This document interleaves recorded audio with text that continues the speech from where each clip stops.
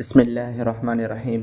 हज़रत इब्न अब्बास रज़ी अल्लाह तआला अन्हु खां रिवायत है त रसूलुल्लाह सल्लल्लाहु अलैहि वसल्लम इहो इरशाद फरमायो त एतिकाफ़ करण वारो गुनाहनि खां महफ़ूज़ रहंदो आहे।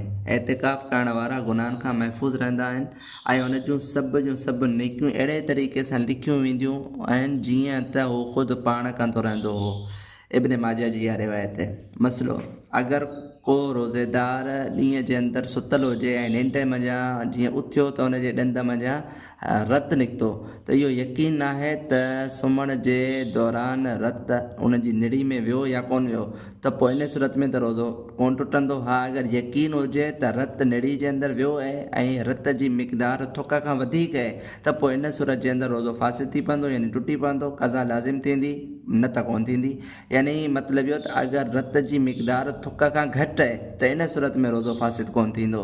ॿियो मसइलो त रोज़े जे दौरान अगरि कंहिं मरीज़ खे रतु ॾियण जी ज़रूरत पेश अचे त पोइ खून यानी रतु ॾियणु जाइज़ आहे।